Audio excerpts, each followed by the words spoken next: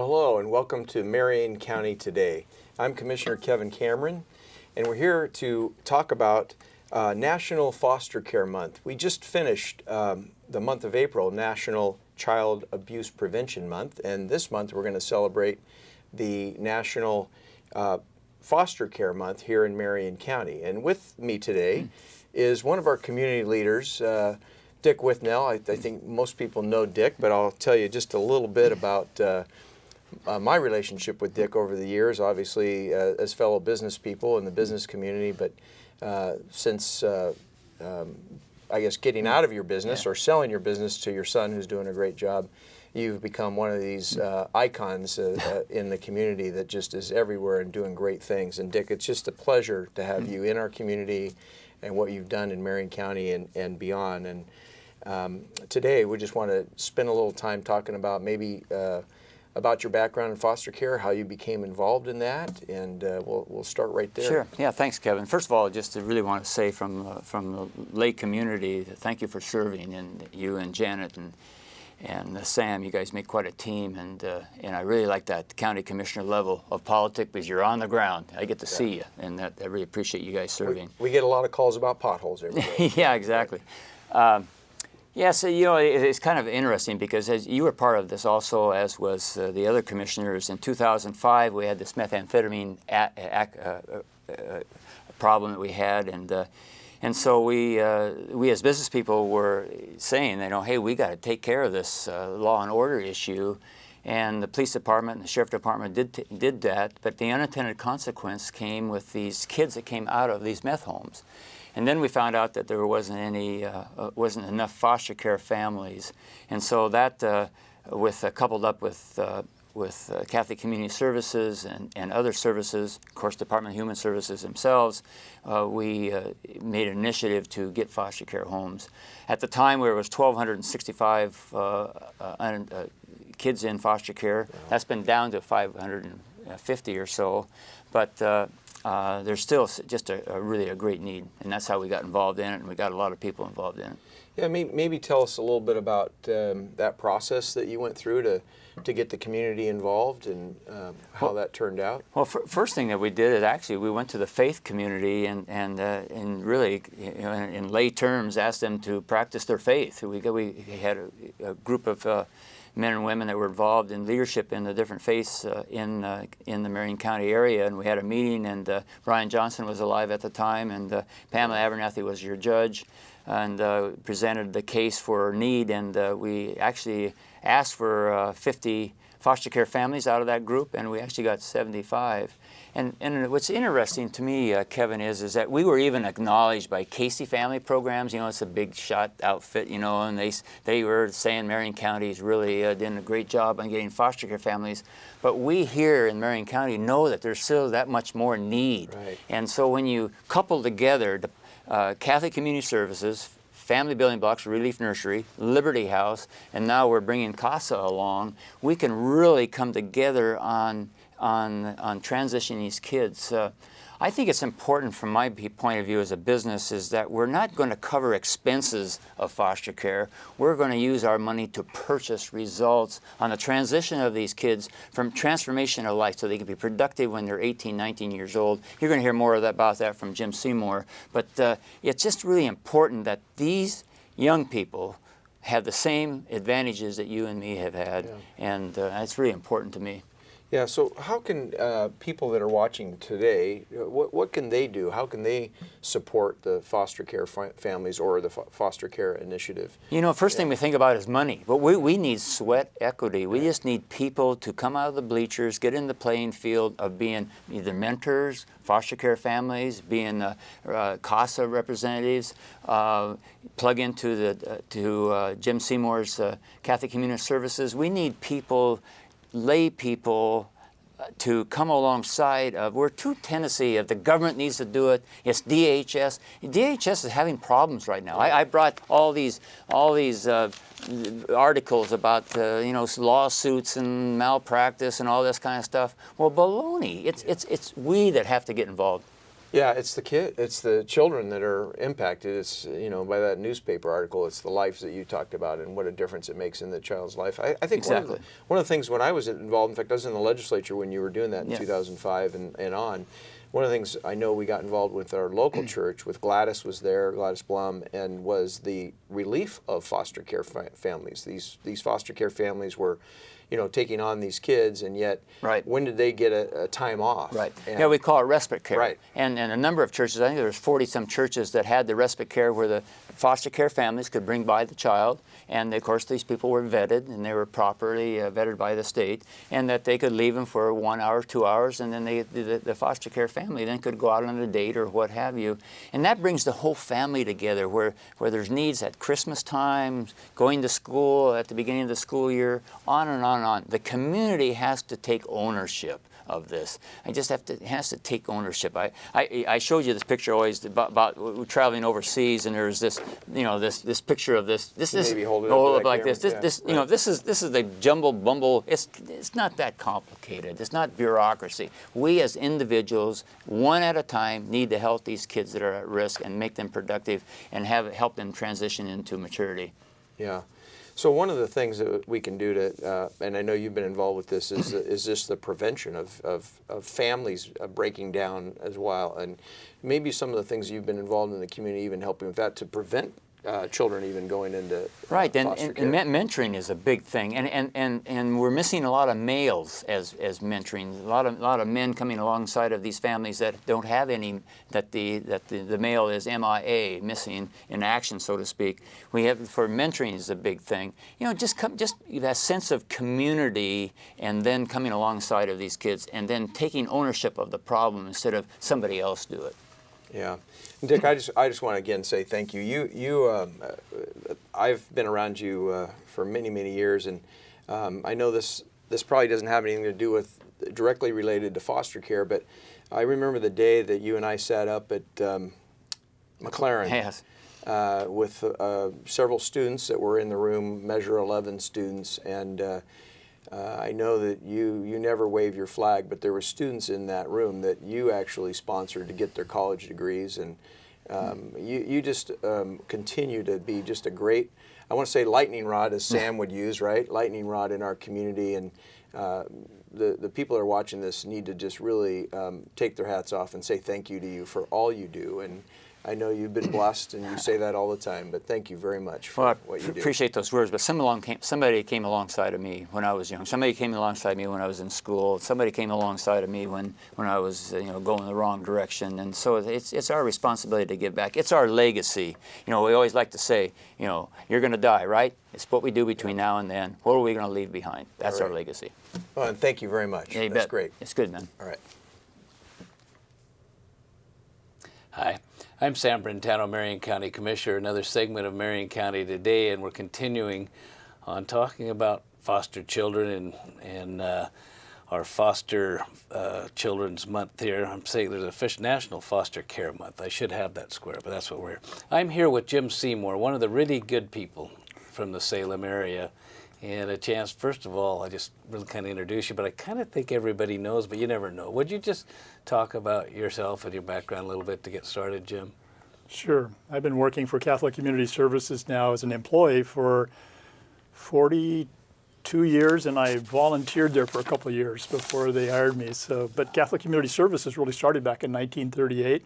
They were responding back then to the needs of people that were living in just real poverty as a result of the Great Depression. But in the 50s, we really switched up, and the mission then became supporting children and adults and families that were mainly families that were having folks that would end up in the institutions, and so it was bringing folks out of the institutions. And then in more recent years, our mission, it's kind of stayed the same, but we say it differently. The mission today is to champion the positive development of children and adults, to strengthen families, and to build communities. And today we really focus on three populations. First of all, families that really want to protect and nurture their kids, but need some help to be successful so kids don't end up in foster care in the first place. And our Fostering Hope initiative is there. We have an outpatient community mental health clinic that serves a lot of families. But then we also serve about 125 kids who are in foster care. And that's a small percent of the kids in foster care, but we tend to serve those kids with the most serious behavior and emotional problems. And we tend to serve the teenagers, which are the ones that many people would just, the younger kids are a little easier to serve. And so we serve those older kids. And then the third population we serve are adults with intellectual and developmental disabilities. And we provide opportunities for them to live and to work and be a part of the community. What's the mechanism for people getting in contact with the organization? Are you watching? Does the community just know this, who you call?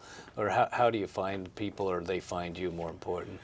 Well, going to the website is one of the things that people do, but we also are out there working in the schools all the time. We work with our community partners, the Department of Human Services and case managers.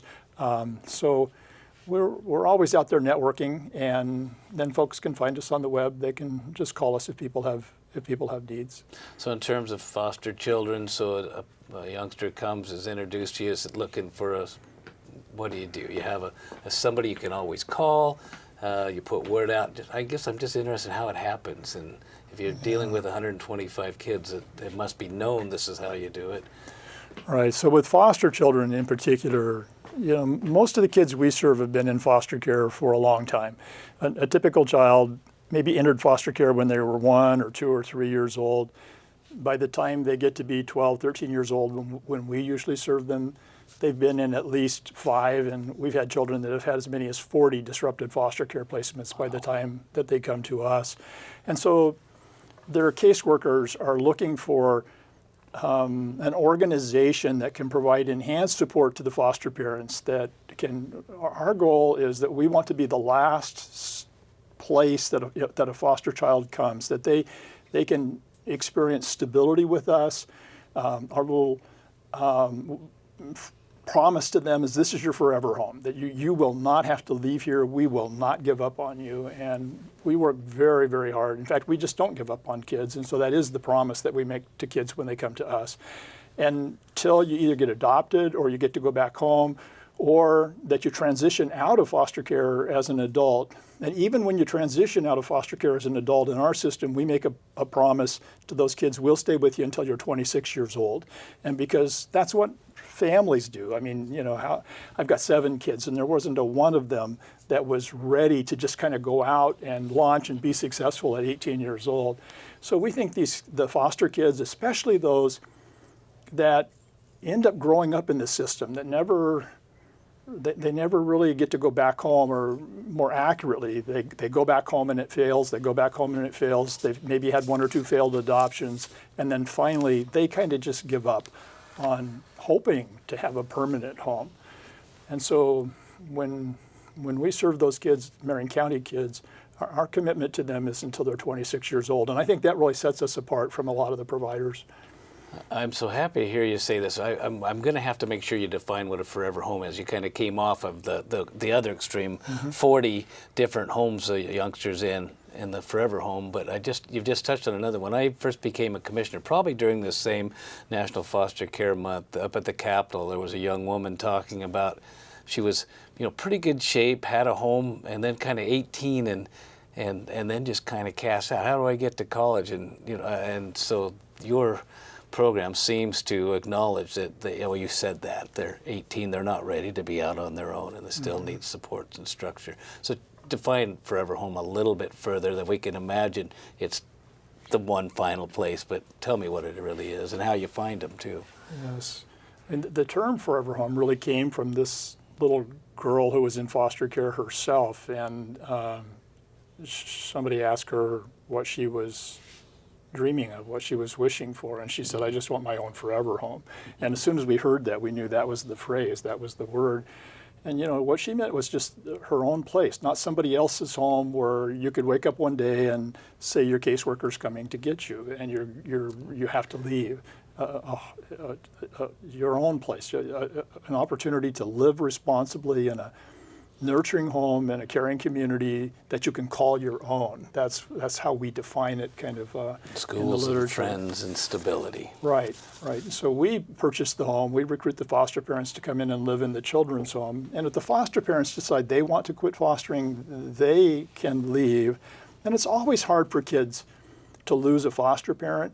But if you can stay in that neighborhood where you've got mentors, you can stay in your school, the teachers that know you, you've got friends at school, and all of that kind of support that stays in place. So that we just find that kids respond to that, and we really believe what they need more than anything else is a safe, stable, nurturing relationships that endure over time. We're going to run out of time, Yeah. so how did that go so quick? But Empowered Families Community Celebration event, May 30th. I want to give you a chance to talk about that just a little bit. Well, we're so grateful to the Marion County Board of Commissioners and the Marion County Children and Families Commission that they took the lead in developing a comprehensive plan in Marion County for recruiting and retaining foster parents. And so the kids in our Forever Home Youth Council wanted to sponsor an event just to say thank you to the Marion County Commissioners and the Children and Families Commission for putting together that plan. They think it's a great plan, and they feel good that they had input, that they felt like you listened to them. So they just want to say thank you, and they're hosting a dinner out at the Kroc Center. On May 30th, and what time? It starts at 5:30. And who can come? Do you have to be invited? Anybody is welcome. We're particularly focusing on the people that helped to put that plan together, and then anyone that sees that they will have a role in implementing the plan. All right. Well, Jim, I started it this way. You are truly one of the good people, and when I hear your stories and what matters to you, it's so important to our community, and thank you so much. Well, thank you for your leadership too, Sam. Can you tell me a story? All right, but then you need to go to sleep. Deal? Deal. Pinky swear? All right, let's see. Well, once upon a time, in a magical land far away, there was a kingdom in turmoil. In the kingdom, there lived a brave princess. This was no ordinary princess, but I'll get to that part later. The time came when the brave princess had to flee the kingdom. A kind knight led her to safety, and there he called the people of the country to come together to care for the girl.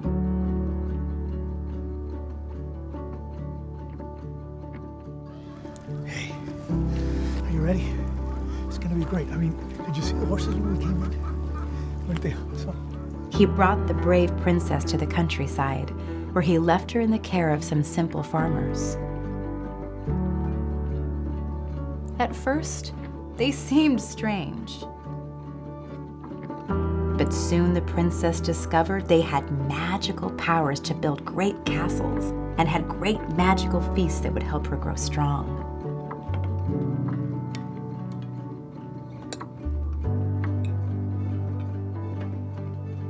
Together, they had adventures and explored the countryside, and the brave princess grew even more brave. Which is pretty sweet, huh? You did a great job. You did a great job. Before long, the family discovered that this princess had magical powers of her own, and their little farmhouse was filled with magic because of it.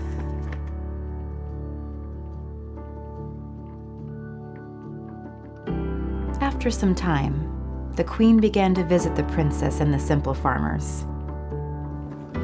Oh, I get a hug. Oh my gosh, look at you. You got so big. Has this lady been nice to you? They spent many good hours together. The kingdom was in repair, but was not yet ready for the brave princess to return home.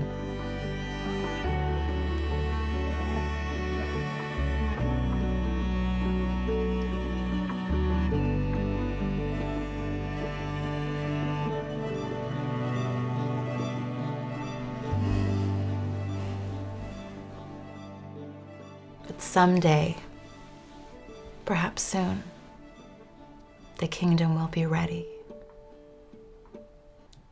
and the princess will return,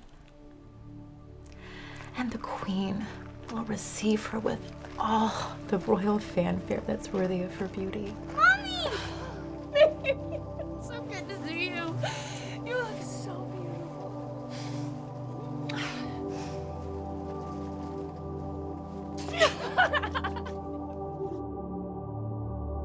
And the simple farmer family, they will miss the princess very, very much.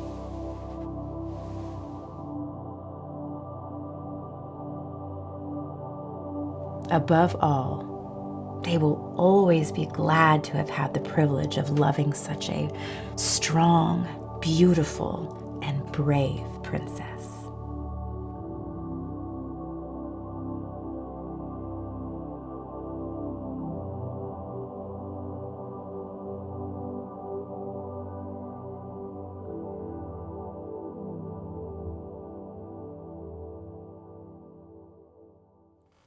I'm Janet Carlson, Marion County Commissioner, and we're here for the last segment of Marion County Today on National Foster Care Month. Very excited to have Ben Sand with us from the Portland Leadership Foundation. Welcome, Ben. Thank you. Tell us a little bit about yourself, first of all, before we move into our discussion about Every Child. Absolutely. So I serve as the CEO of Portland Leadership Foundation, which is a venture foundation that seeks to make investments to start new ideas to serve children and families. And so my wife and 3 kids and foster son and I live in Southeast Portland and are really passionate about dreaming kind of a new way and a new day across the region. Very good. Yeah. So Every Child, tell us a bit about how that got started and really what is it? Yeah. So in 2012, a woman walked into our office with this box, and she had just left a DHS office where she, as she was walking out, there was 2 children that were getting out of the back of a police car and were walking into the office. And she asked a caseworker, what happens when a child is removed from their parents? And the caseworker painted this picture of scrambling, of a need for more foster parents, of a need to reimagine how to care for children in this most traumatic moment. And she came into our office and said, I just went to Michael's and I filled this box with age-appropriate toys and food, and my child wrote a message on the box that said, you are awesome, and I want to make 150 of these boxes for kids in foster care. And it was in the midst of that moment where we realized that while the 150 box goal was a small one, it opened up a whole new set of questions for us. And those questions were, what's really going on in the state of Oregon and the child welfare system? Why is there such a need?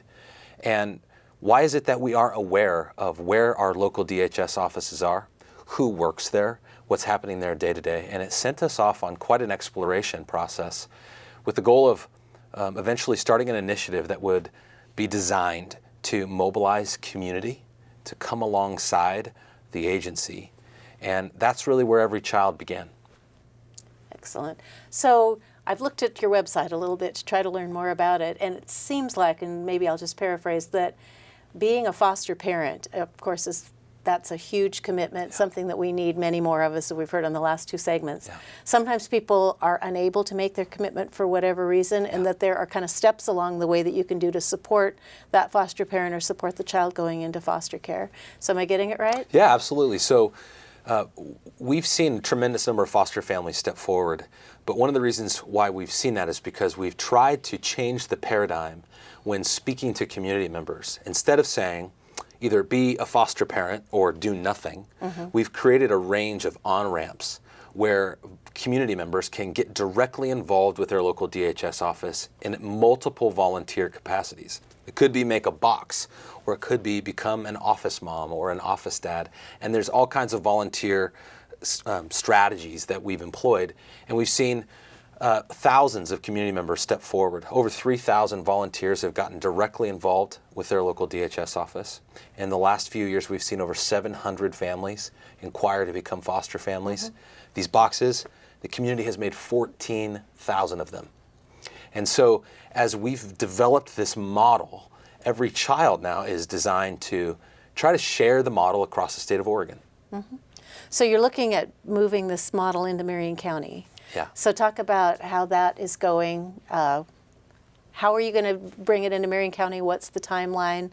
How might we hear more about it? Absolutely. So The Every Child Initiative is a new partnership with the Department of Human Services where we are seeking to develop an Every Child presence in all 36 counties across Oregon over the next 5 years.